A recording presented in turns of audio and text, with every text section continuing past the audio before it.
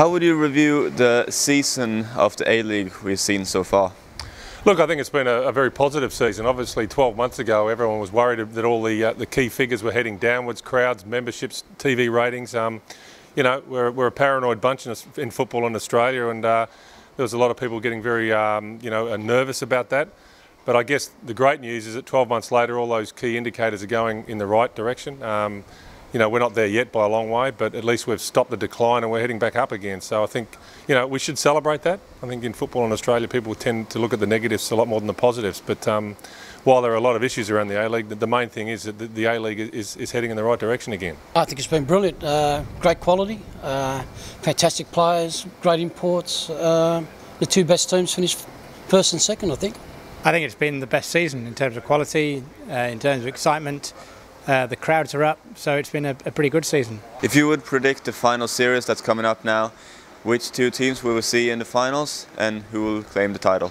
Look, I said before the start of the season that the Central Coast Mariners will win the league, and I'm going to stick by that. I'm looking pretty good for that at the moment. Congratulations, of course, for them to getting the minor premiership. It's great for Arnie, great for the players. They thoroughly deserve it.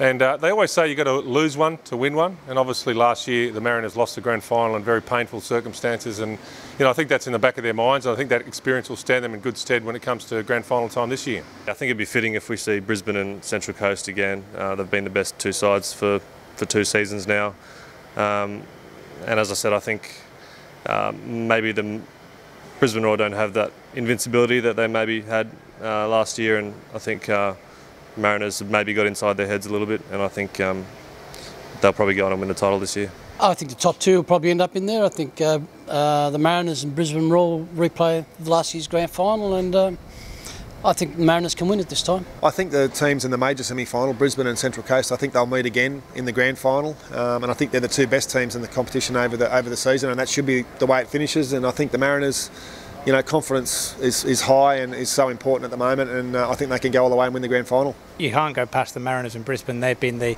strongest teams. They've played the best football. They're the most resilient teams. I think they're probably expecting to play each other in the final. I think that Perth will struggle because they travel so much, the same with Wellington, and I think that that Sydney and Melbourne Heart will fall at the fairly early hurdle. So I expect to see the Mariners and Brisbane in the final, and I think